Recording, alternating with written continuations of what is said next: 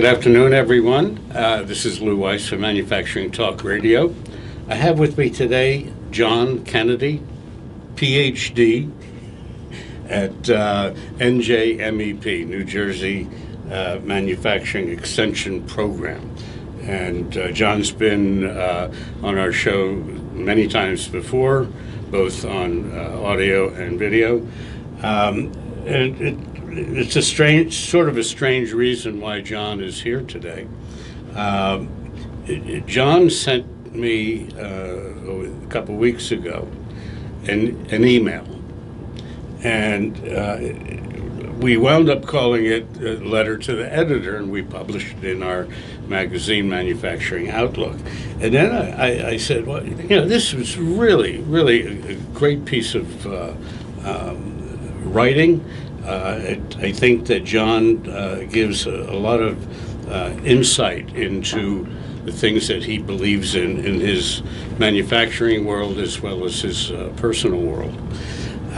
His letter, email, and now is called, "How Do I Know This Isn't Happening?" And just as to plug an old movie, Network, with Howard Beale, when Howard Beale yells out a window, "I'm mad as hell and I can't take it anymore." Well, this is a slight version of it with more intellect and insight. John, thanks for coming today. Thanks for having me, Lou. I always appreciate gabbing with a fellow manufacturer. Excellent. So, John, first of all, what prompted you, and we'll get into the letter, but what prompted you to write this? Well, are you mad as hell and can't take it anymore? Well, it depends on the day, but I am. I'm frustrated. Let's put it that way.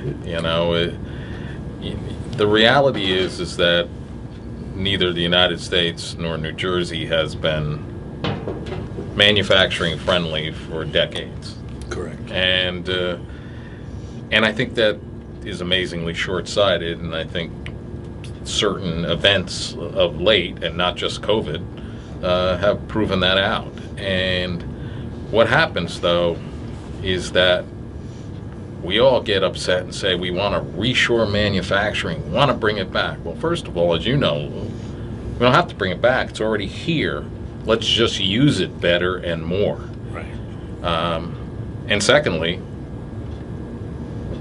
we don't do that after the fact. When everything settles down, when COVID's in our rearview mirror, we'll say, whew, let's just buy the N95s for 12 cents a piece from another entity, not in the United States. Right. And we'll go from there. And the quality is poor, the delivery is poor, and we haven't improved our supply chain any. And that's what prompted me in terms that I can speak about on air. The jobs that left, going back to that point, the jobs that left were a lot of jobs for products that manufacturers in the United States either can't make, don't want to make, or it's too cheap. So a lot of those products are gone. Similar to the agricultural pickers. Who's going to do that? You won't see an American out on the field. Not that there's anything wrong with picking grapefruits, but they just don't want to do that. So we have an immigration problem. Everything we talked about, everything you talked about here, is all about, as I see it, are the problems that we are continuing to have on an ongoing basis. And you really put it out very well in regards to your viewpoint. And it started with the CARES Stimulus Act. Well, part of that is, you mentioned agriculture. Yeah, damn straight, it's important to us, right? We all want to eat. Yeah. And we've supported agriculture in this country, and we should. We are still in many ways the breadbasket to the world for a variety of reasons. But when you invest, there was billions of dollars going into agricultural. Not saying that's good or bad. But out of the 300,000 manufacturers in the country, 60 million total, came out for the entire nation. Right. So that's, I think, about $250 per company. So it's really not going to help you guys really invigorate your product line. That is correct. That is correct. So what are we thinking? You tell me, where do we go from here? Well, that's just it. We're not. And this is the frustration. You can argue whether the tariffs, everybody had their opinion about whether the tariffs were right or wrong or indifferent. But what it showed us really was we don't make a lot of the products that we used to. Steel isn't one size fits all. There's hundreds of types of steel. You know that better than I do. This is correct. And, but it showed us, holy crap, we don't have this stuff, And I don't think anybody really thought about it. But I'll take that one step further, and in my business, the forging business, in North America, there's a total of 700 forge shops. Most of them deal in the higher price materials, aluminum, titanium, the nickel alloys. Carbon steel and alloy steel is made, but they make pennies a ton. And China, for example, has 7,000 forge shops, and they can make things bigger, heavier than anything that could be made on the entire North American continent. So there are things that we need from other countries. Yep. They have, the rare earth elements. I mean, that's why we're going to the moon, to see if we can start mining rare earth elements on the moon. It's an expensive project to get around the transportation and logistics. Right. Just a bit. Just a bit. Yeah, and I fully agree with a global supply chain. But when you freeze out certain things, I mean, I read that about 95% of our blood pressure medicine comes from China. 95%. Now, you can like or hate China, but why would we single source? As a business person, you can't single source, because if that source dries up, you're in trouble. Or if you put tariffs on them that they won't sell to you. Well, and vice versa. Yeah. Exactly. We tariff our own, they tariff us too. It's a two-way street. But that's the point. It has to be a two-way street. And we don't think about that. And partially because the people that are making the laws don't understand what a supply chain actually is. It's true. And to your point about politics, which we try not to talk about politics on Manufacturing Talk Radio. The problem, of course, is it's hard to talk these topics without talking politics. So without using names and me not jumping up and down, pulling my hair out because somebody said this or did that, the problem is that no one's doing anything. That's exactly it, and part of it is because I don't think they understand. I really, truly. And this is most everybody in politics. And I'm not saying they're good or bad people. I'm just saying they don't understand my business. I don't understand theirs. If you want somebody to fix your knee, don't call me. But if you want somebody to talk about a supply chain and what's the value and the intricacies, then I'm probably a good guy. Well, the problem as I see it, and your solution is really simple. All these solutions are simple. You want to get rid of all these mass murderers? You can get rid of them. No problem. But the people are the problem. It becomes an issue. It becomes a policy thing. And it all comes back to one word: power. Yeah, unfortunately, but it's all power. But you look at it, and I'm hopeful. I don't like that word all the time because, as I told you earlier, it's not an action word. My mom used to yell at me. Is your homework all done? I hope so. But that didn't work well. But you look at it and you say, okay, what situation will finally drive us to this point? Sandy, we saw a lot of gaps and so on, things that could have been fixed, plans that were created to deal with all sorts of things, including pandemics.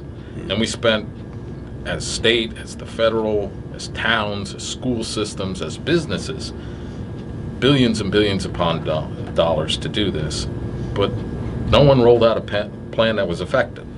What have we learned? Well, what I've learned is that we don't make certain things here that we need to. And we need to figure it out. And I don't always think that it's a price issue. I just think it's become a habit. Shortly after, China was back up and running, Amazon and Apple and stuff were placing billions of dollars worth of orders. And that's fine. They're a private business. I don't have a problem with that. Excuse me, but what are they going to do when we're back up and fully running? Right. And that's the intricacies that get lost a little bit, Lou. And I will say, that Governor Murphy in New Jersey, he did listen to us in the industry talking about keeping entire supply chain open. Yeah, he's done a good job. I thought so. He listened very, very positively to that and listened to my explanations. He had other states that either closed all of it or part of it. Mm-hmm. And when you close packaging companies and plastics companies, you don't think about it, but you can't make food or medication or anything else without labeling companies, packaging companies. Right. It's all, you can't it's all connected. It's all part of the supply chain. So I think there were lessons to be learned. Did we learn them?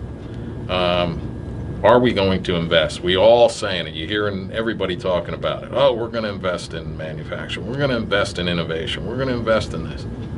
Proof's in the pudding. The only thing they've invested in is high tech, where they can make billions and sometimes trillions of dollars profit. Yeah, that always confused me with the term advanced manufacturing, because I still don't understand what it is. You wear a lab coat. Well, yeah, is that the... That's the new thing, you wear the lab coat. But is it what you make or how you make it? I was in a firm that does a lot of the baking in the Northeast for McDonald's, and they had a nice Ronald McDonald out front, so it looks intriguing and stuff. But you go in there, it's all automated.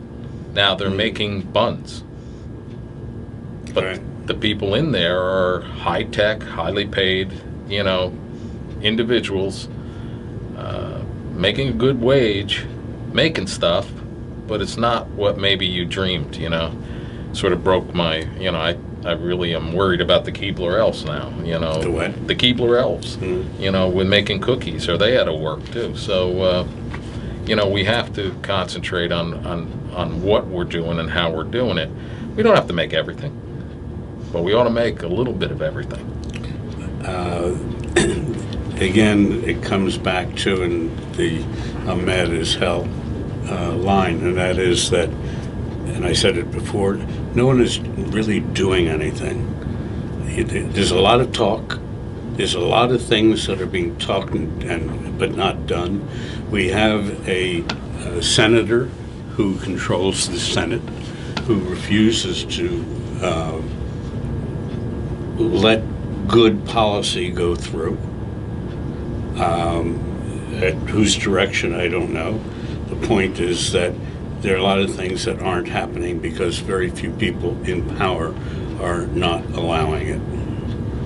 Yeah, and again, notwithstanding, I look at it that I remember when I took this job after selling my businesses, and my predecessor, Bob Loderstedt, told me two things. He says, when you're dealing with the politicians, they need and want two things. They want money or your vote, preferably both. And it's like it was yesterday. It's now 8 years. But, he also said, we can't give them either. And I agree. I've given I've never given a nickel to any politician. It's just my own thing. Even people that I really loved and believed in, people like Bill Bradley, who I met so many times Great and guy. really admired. But we do, in our industry, control a hell of a lot of votes. Sure. In New Jersey alone, I mean, there's about 11,000 companies. There's about 380,000 people working. If you add in engineering and STEM, if you add in transportation and logistics, it's 1 million people. Right. But we don't raise our hand. We don't talk. We want somebody else to do something. We've all got to yell out that window. No. That we're mad as hell. We're not going to take it anymore. But here's a suggestion. This is what can happen if you work with us. That's the second part of it. That was also my mom. My mom said you can complain like hell for a day or two, but then you got to be part of the solution. Right. And we're not. Our industry hides. Guys like you are far and few between. You know that. We have a lot of great manufacturers, but we don't have anybody standing up and saying, listen to us. And that's why manufacturing talk radio and what else you guys are doing is amazing, in my opinion. And I'm not just blowing smoke, Feels good. because I like your, your jacket, but it's the reality of what we're doing. We don't stand up and speak. You go down to Trenton for something, and they're having a hearing about manufacturing. It's me walking in. Well, I was there at one of them. I was asked to come because they couldn't get a lot of manufacturers, so I went. Yep, I appreciated that. And I thought it was very well done. I don't know if what happened afterwards by the caucus as to whether they did any implementation of some of the ideas that came out. But I was amazed at how few manufacturers were there. I mean, it was a handful of people. And the story that I was told was, well, we don't have time. We're too busy. You're too busy. I'm making things. I don't have time. You got to make time. You got to get involved. Yeah. And that's a critical aspect. If you go down there on, and the teachers' unions are looking for something, it doesn't matter what, I admire them. Mm-hmm. They come out in force. Right. And guess what? They get hurt. And that's part of the mad as hell. I'm not just mad as hell because people aren't listening or paying attention, whether they're politicians or whomever. I'm mad as hell at our industry. We got a lot of smart, capable people. Where are we? And that's part of my talk too, is what do you got to do? What do we got to do to make a change? Well, we got to stand the hell up and talk about it. Right. And they won't make a movie about you or I, though, I don't think. No, probably not.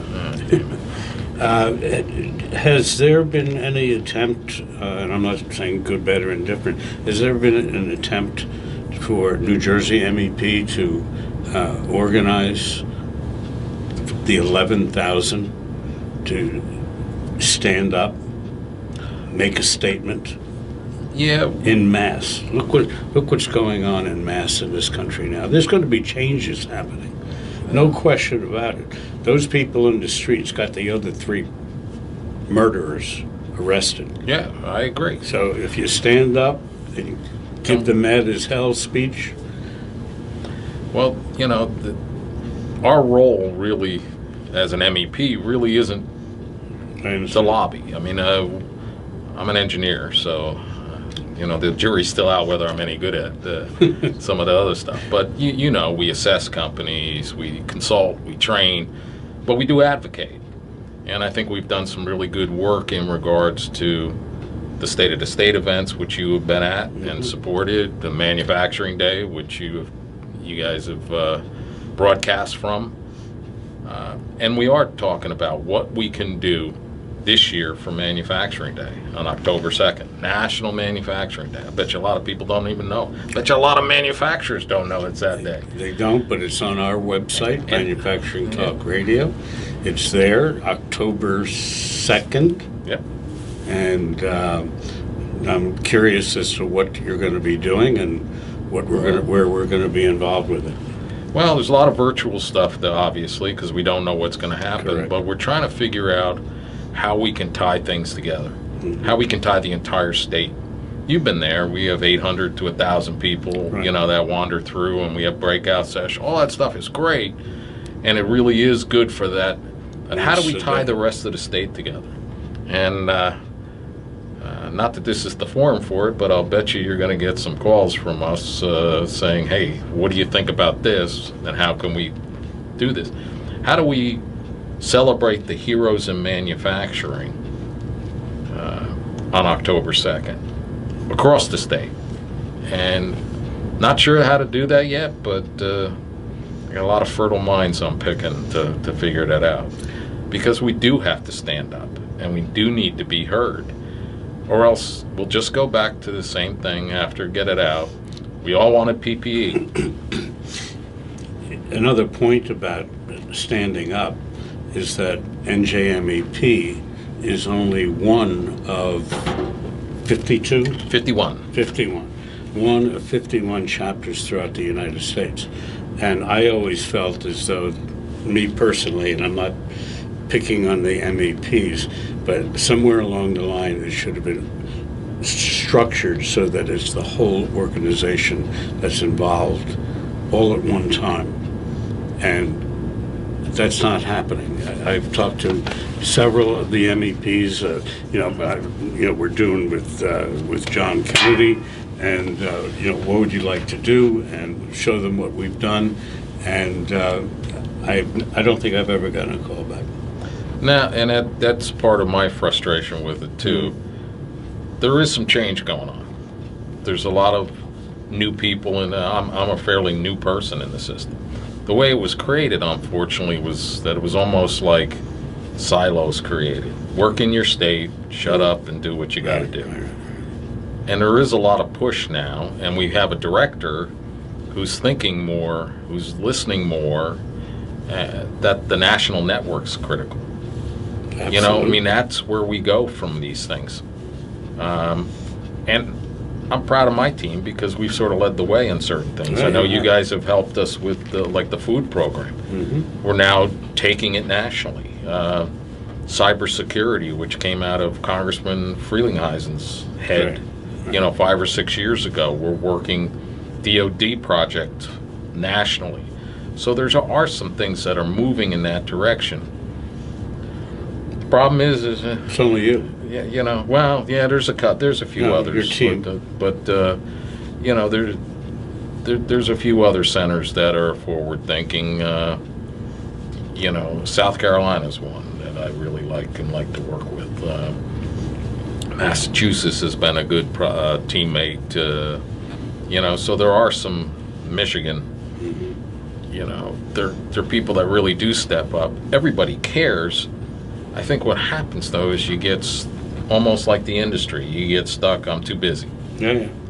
But you know what? If we don't get the brand out there, it isn't NJMEP. It's MEP. MEP. That's right. And that's part of our weakness. Maybe that's why we don't draw. Well, if we can, if we can help you in any way, that we're in on the deal. Yeah, I appreciate that. So, I wanted to talk to you about going back a little bit. When you were talking in your letter about the reduction in budget that was given to New Jersey. I know that you have a co-sharing existence with NIST and yourself, where they supply you with 50% of your budget, and you have to come up with the other 50%. Is that correct? Well, we don't really get money from. We have to earn it down. The federal government, in the federal budget, there's a NIST MEP portion, and we have to earn it down by selling our services. And personally, as a taxpayer, I think that's a great way to do it. We don't get a gift. We have to have skin in the game. Well, you're the only agency, quote unquote, that has a return on investment. Yeah. Overall, and 11 to 1 in the thing. We're closer to 15 to 1 in New Jersey over the last 20 years. So yeah, we've got a good team, but no, it's not exactly how that, so there is a matching aspects to it. And that's, as I said, okay. The problem we've had, and it depends on the federal administration that's in there that either supports the program or doesn't. And, current administration the last couple of years has zeroed us out. So we have to go to our federal delegation and push to get it back in. 100% the last 5 years, New Jersey's federal delegation have supported us. So not just us, but obviously it supports the other 50 centers. But it shouldn't be like that. And part of it, we get feedback from some of the think tanks that they all engage with is that, well, it's corporate welfare. And again, if you do the math, it's small to big. It's $500 approximately per company, right. So it's not going to make you retire, Lou. I'm right. sorry. But it's how the money's used to support things and to develop things and develop programs like new apprenticeship programs, high-tech thought process. How can we do Industry 4.0 together? How can we help your company expand its business in the United States and external? These are all things that you need to talk about and need to invest in. And, we actually wind up doing more of a 2 to or 3 to 1 where we actually earn 2 to 3 times more of our budget because we're a business, first and foremost. I mean, we understand that. That money that we get offsets the cost so I can add more people to go in and help other companies. Right. But yeah, it is a frustration. It's a frustration that nationally it's $145 million. Total budget. Total budget for a year for NIST MEP. To me and you, that's a lot of money. To him, not so much. He's a wealthy guy over here. But the guy with the camera. The guy with the camera, and the Rolex, But when you do, as I said, when you do the math, it's less than $500 invested in a company. And we're saying how important this industry is and bring manufacturing back. But do we really mean it? It's a slogan. Yeah, sounds like it. It's a slogan. So make America great. It's a slogan. But I'd like to educate because I think if people knew more about the program, including the current administration, I think if they really knew what the program did, and we're hopeful that our actions across the country during this pandemic will really raise the bar. But I think anybody would look at it and say, holy crap, that worked. That's good. Yeah. But I'm just an engineer. Just an engineer. Just somebody who's still hopeful. Yes. Sorry, So Mom. So the bottom line, you say, is quite clear. So what is the clarity that you're seeing? Well, to me, the bottom line is if we don't do this, we fail.